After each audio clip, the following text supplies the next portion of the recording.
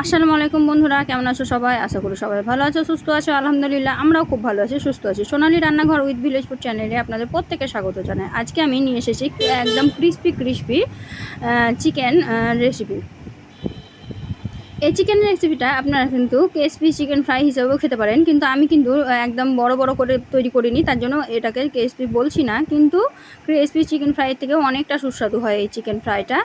তো আমি কিভাবে তৈরি করেছি না করেছি সবটাই আপনাদেরকে দেখাবো, কিন্তু প্লিজ একটু ধৈর্য ধরে দেখবেন। আর ভিডিওর প্রথমেই কমেন্ট করে বেরিয়ে যাবেন না, পুরোটাই দেখবেন, তারপরেই কমেন্ট করবেন। নাহলে কিন্তু আপনাদের কমেন্ট করারও দরকার নেই আর ভিডিওটা দেখারও দরকার নাই, কারণ আমি আপনাদেরকে জোর করে ভিডিও দেখতে বলি না, আপনারা কিন্তু ইচ্ছাকৃতই আসেন।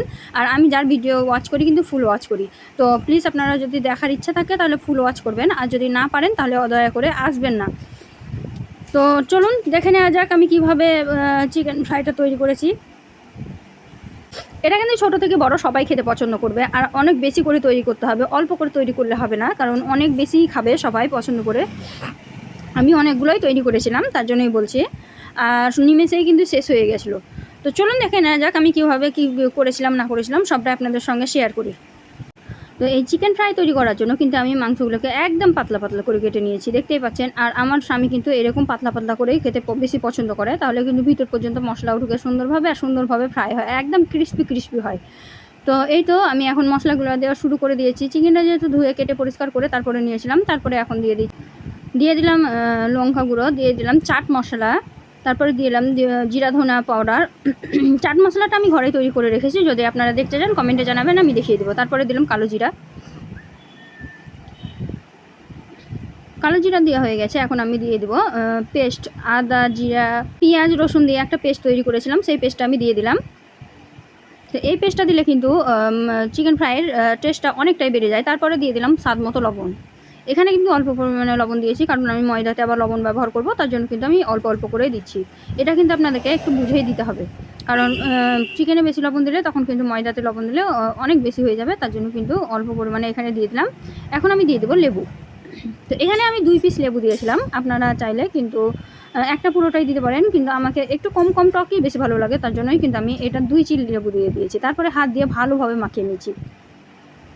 আর হাত দিয়ে এইভাবে মাখাতেও কিন্তু একটা হাতের গরমে একটা মানে রান্নার প্রসেস শুরু হয়ে যায়, লবণটা ভিতরে অনেকক্ষণ ঢুকে যায়। আর এগুলো চটপট করে তৈরি করে চটপট করে খাওয়া হবে, কারণ এগুলো কিন্তু রেস্টে রাখার দরকার পড়বে না।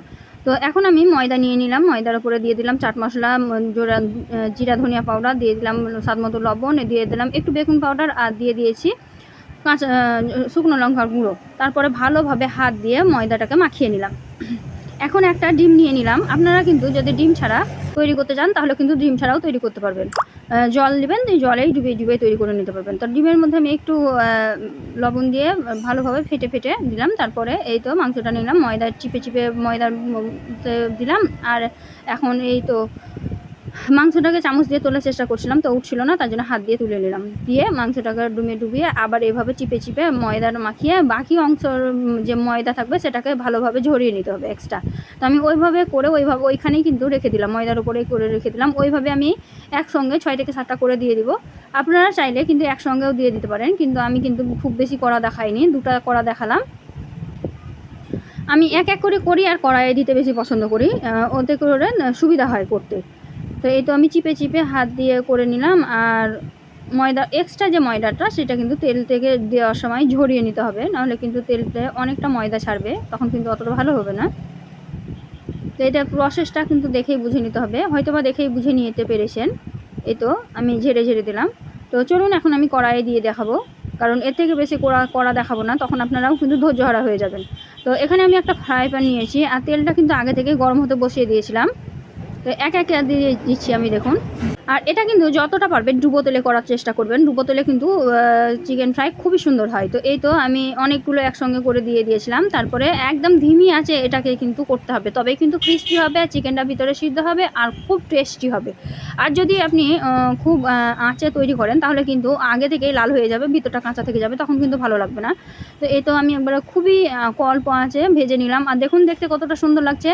তো আমি এটা প্রথম ছাঁক তুলে নিয়েছিলাম, কিন্তু এই ছাঁকের আর মানে পাত্তা পাওয়া যায়নি, সঙ্গেই শেষ হয়ে গেছিলো। তো পরের বারে যেগুলো আমি ছেঁকেছিলাম সেইগুলোই কিন্তু আপনাদেরকে দেখাবো।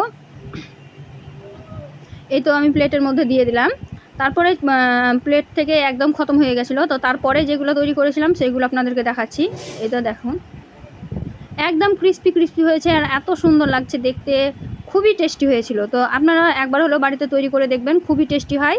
আর যদি ভালো লেগে থাকে অবশ্যই লাইক শেয়ার কমেন্ট করে দেবেন। আপনাদের একটা লাইক আমাদেরকে মোটিভেট করে নিত্য নতুন রেসিপি তৈরি করার আগ্রহ বাড়িয়ে তোলে। আজকে এই পর্যন্ত, দেখা হবে এই ধরনেরই আরও নিত্য নতুন রেসিপি নিয়ে পরবর্তী ভিডিওতে। ততক্ষণ সবাই ভালো থাকবেন, সুস্থ থাকবেন, আর আমার জন্য একটু দোয়া করবেন। আর যারা নতুন বন্ধু আমার ভিডিওটাকে দেখছো অবশ্যই আমার চ্যানেলটিকে সাবস্ক্রাইব করে পাশে থাকা বেল আইকনটিকে প্রেস করে দিও, তাহলে এই ধরনের রেসিপিগুলো সবার আগেই তোমাদের কাছে পৌঁছে যাবে। তো রেসিপিটা তো দেখতেই পেলে, বলো কতটা সুন্দর হয়েছে। তো একবার হলেও বাড়িতে ট্রাই করে। এখন আমি আসছি, বাই বাই, খোদা হাফিজ।